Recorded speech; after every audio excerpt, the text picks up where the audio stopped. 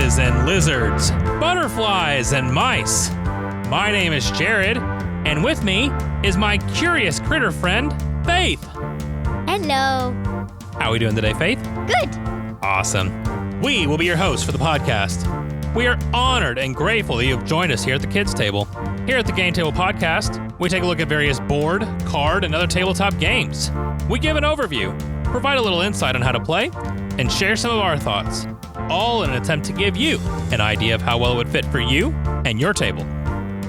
Today, we will be looking at My Little Everdell, designed by James and Clarissa A. Wilson, artwork created by Andrew Bosley and Jacques Davis, and published by Starling Games. My Little Everdell is a competitive game where the critters of the forest are playing pretend, each trying to build the best pretend city of all. Players can recruit allies, build structures, and prepare for a variety of parades hoping to please the royal palace.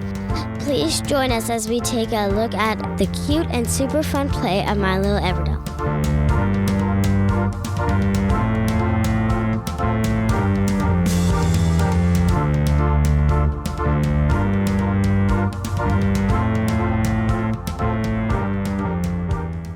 All right, Faith. You can still hear me, right? Absolutely. So this game is all about pretend. Yes.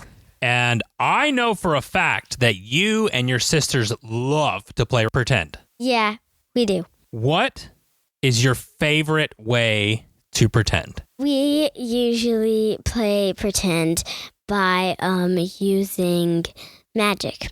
Magic. Okay. And I think that unicorns sneak their way into pretend a lot too, don't they? Yes. We pretend sometimes that Unicorn Magic School, where we have different names, like my name would be Lily instead of Faith. We would have pet unicorns that would have to discover their magic. And one time we built a huge fort out of couch pillows. Nice. And I go on adventures to try to stop mean people trying to destroy the island and be care for our unicorns. That sounds like so much fun. I love it. Yeah, I feel like every day I catch you and your sisters playing pretend something, and it's always so fun to watch the stories that y'all come up with. Well, Faith, I'm going to take a minute and tell everyone kind of an overview of how to play, and then we'll give some of our thoughts. We can do that. Awesome. My Little Everdell is played over 4 rounds. Whoever has the most points at the end of the game is declared the winner. Each player is given a home board, 3 animal figures, and potentially starting resources and a starting captain and fort cards if you're wanting to give younger players a boost. The main game board houses the 3 resources in the game: berries, twigs, and resin. It also houses the 4 resource dice, the 4 different parade stacks, the round tracker, and 8 cards that are placed beneath the board. The rest of the cards form the main deck and sit face down next to the board. At the start of the round, you roll the resource dice and gather goodies. Gathering goodies allows you to collect the identified resources or point on each of your green cards. There are 5 different colors of cards. There's green, red, blue, purple, and gray. They each do something different. The green is going to give you the resources like we talked about. The blues will typically allow some sort of a bonus to cards that are going to be played later on. The reds typically will add another space for your animal friends to go and find things to do. The gray cards will be one-time abilities that will happen right away, and then you don't do anything with them for the rest of the game. They just sit in your space. And then purples will typically have end-game scoring points. After you've gathered your goodies, players will take turns playing 1 animal figure at a time. On a player's turn, you take one of your animal friends or animal figure, kind of either way, from your home board to a spot on the board. Or again, if you have those red cards, it can go to one of those spaces as well. The main board acts as a worker placement game with 1 slot for each of the 4 resource dice, which you've rolled. The dice rolls contain any type up to 2 resources on the die. And it could contain a berry or like one of each kind. Yeah, so it could come up to 3. Or it could have a mixture of like a bowl and then a wood, a berry, and a resin inside it. And that means you can choose whatever resource you want. And then there may be a coin next to it, or there may be two. That's right. When you go to that spot, you collect those resources, and then no one else can go to that spot for the rest of the round.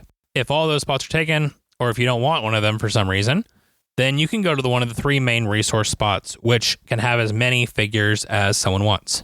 Once you've placed an animal figure in a spot and collected the resources from that spot, you can purchase a card. Cards will have different costs depending on their abilities. You will need a combination of either berries, wood, resin, or multiples of different types.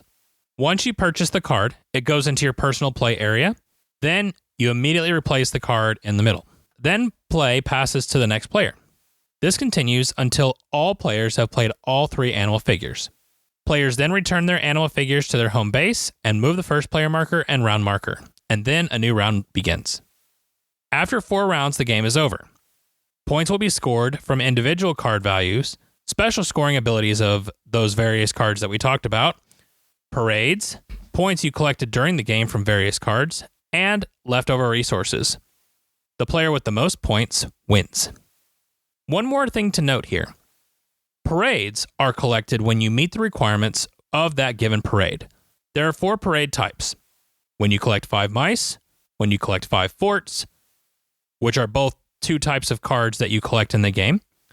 Collecting 3 of one type of card, except for green. You can't collect 3 greens and then collect that parade. And if you collect all 5 different card types, again, green, blue, gray, purple, and red. You do have the opportunity to collect multiple parades, but you're only able to collect 1 on each turn. These do count for a certain number of points depending on when you get them during the game. So if you're the first one to collect a particular parade, it will give you 6 points. Second parade of that same type will give you 5. That's right. And then what's next, Faith? 4. And then 3. That's right. The faster you can get a parade, the better off you're going to be. So now that we have a better idea of how to play, let's dive in and discuss.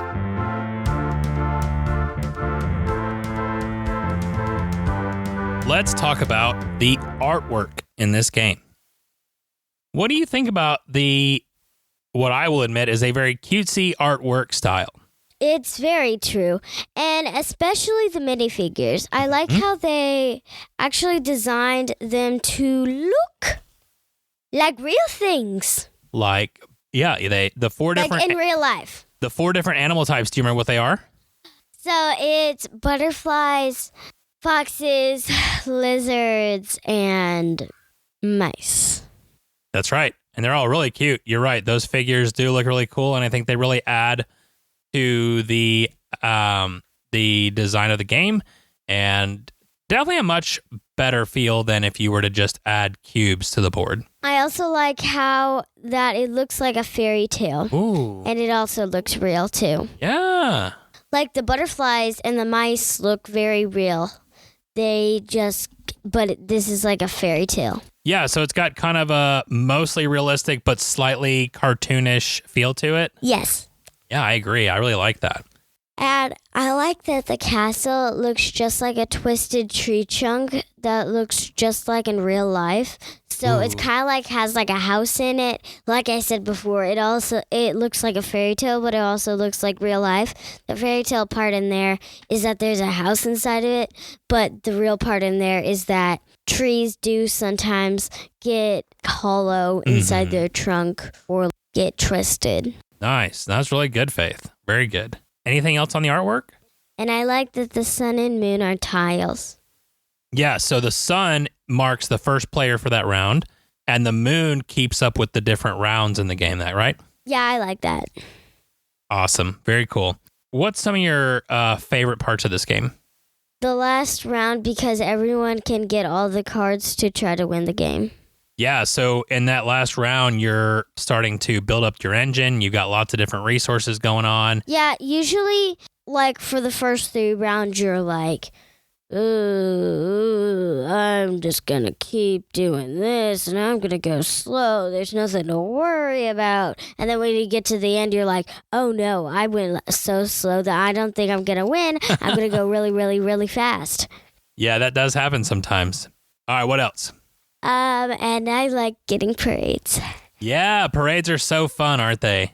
Yeah, I think for me, I really like that this game has a lot of different combos and the cards that they have. And I also really like, too, that they've built in several mechanics to allow parents to play with their kids, but give their kids a little bit of a boost so they're more on an even playing field. I really enjoy that. Yeah, that's really cool. Yeah, because I know that you and Joy really like the fort and the captain, correct?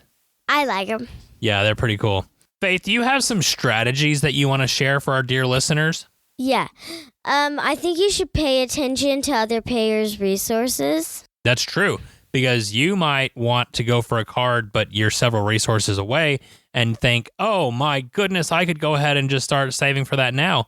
But then you look across the table and somebody else is already most of the way there and they're probably going to buy that card, right? Yeah. All right, very good advice. What else you got? Getting parades as fast as possible. You do really like those parades. So we talked about earlier that they have different combinations that you have to achieve to be able to get those parades. So is it because of the points that you like the parade so much, or is it because you want to conduct a parade? Conduct a parade. Okay, all right. All right, what else? Don't focus on the big cards early. You don't focus on the big cards early? Yeah. Why is that? Because, the Everdell tree is the most highest thing you gotta get. Yeah, it's pretty big. 3 woods and 3 resins. That's right. If that comes out on the first round and like you flip over it on the first time you flip over the cards, It might happen, yeah. it might happen. Don't go for it. Why is that?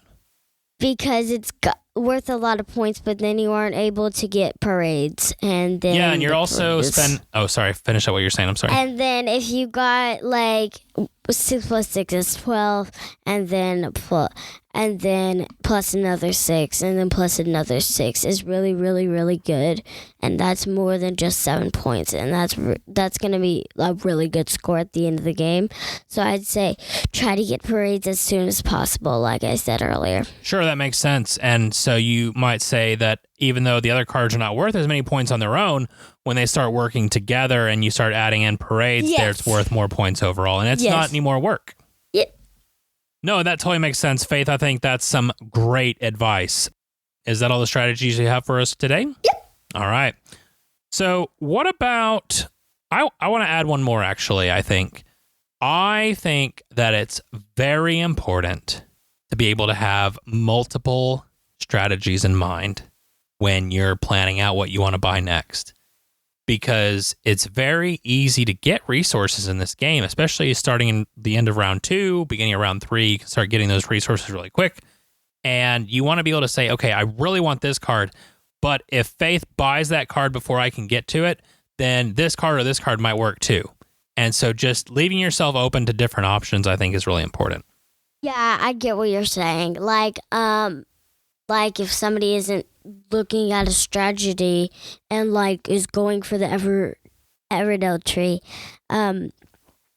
I'd say you really want it but then you remember the strategy that we said on the podcast. Don't go for the big cards first. Yeah. And then you're like, this is not kind of like a big card. It's kind of like you just got to get 4 berries to buy it. Absolutely. Faith, is there anything that you don't really like about this game? I got a sister, Joy, and I don't like seeing her cry when she doesn't win.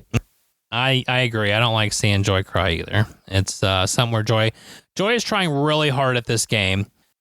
This is one of those games that I think that the age range is actually pretty spot on where it says 6+. Joy is 5. Our experience has been that Joy likes to play. She gets it, but she doesn't always see all the combos. And so we've been trying to teach her. And I think as she practices more and gets a little bit older, she's really going to start to see that. But she still has a great time. I think if you have 5-year-old kids, you can absolutely introduce this game. But 5 would be the absolute minimum that I would recommend to play on their own. Especially little kids. If you have, I have two sisters, a 5-year-old and a 3-year-old. That's right. I'd say that if you do have little kids in the house, but they don't have anybody to play with because all the other kids are big kids and they know how to play the game, I'd say you'd probably want to, if they want to play a game but they have nobody to play with, I'd say you'd want to let them be on a team, but help you with it, but not play the game themselves. Yeah, Hope typically will say that my little Everdell is too old for her. Yes. Or too big for her.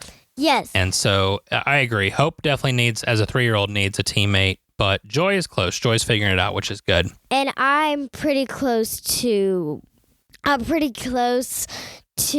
beating the age number here. You definitely are. I'm turning 8 this year, and Joy's turning 6 this year. That's true. And Hope's turning 4 this year, so we're all going to be able to play the game, and I'm going to probably win a lot. Whoa. Is there anything else that you don't like about the game? I don't like that the rounds are too long. Interesting. I really wish they had 3 rounds. Yeah, I think I'm with you. I think the extra round, especially when you get into the younger counts, you don't need the extra round. I think you could do 3 rounds in this game and still feel like you played a full game. Yes. I'd say that's pretty easy to house rule if you want to make that adjustment and just announce it on the front end. Did you find it difficult to learn this game? It has lots of different cards.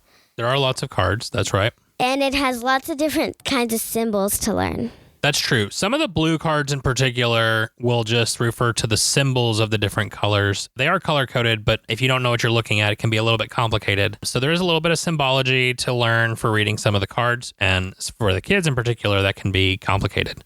But then once you did learn the game, did you find it difficult to play?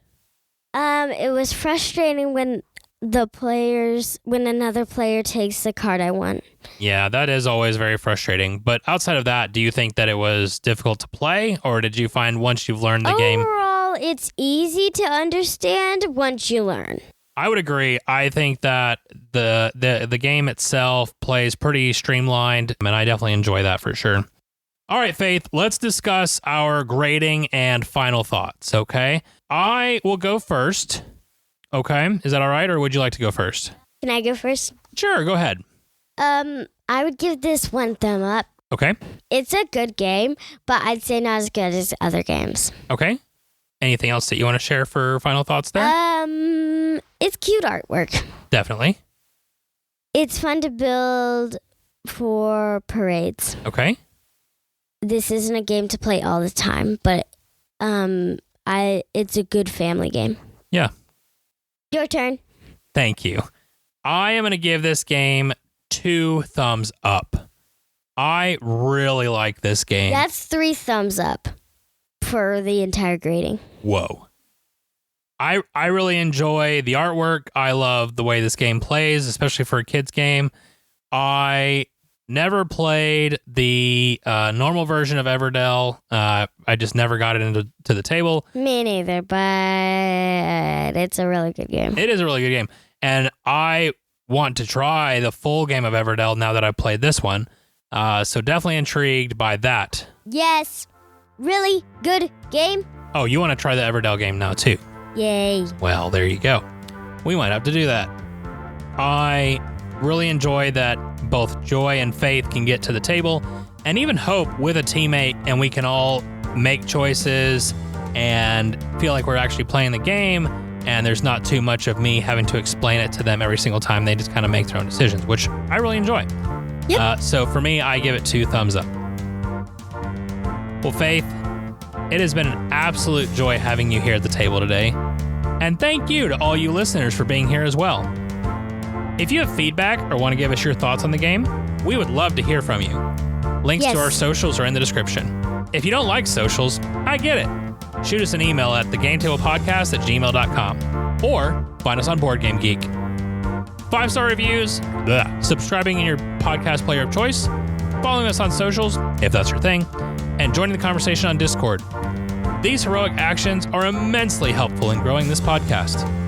Special thanks to Angie Santiago for our cover art and to Anna Snyder who made the music. Join us next week as Ian and I take a look at the game Commissioned.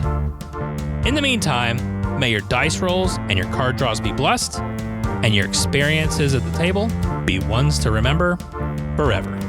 Bye-bye! Bye-bye.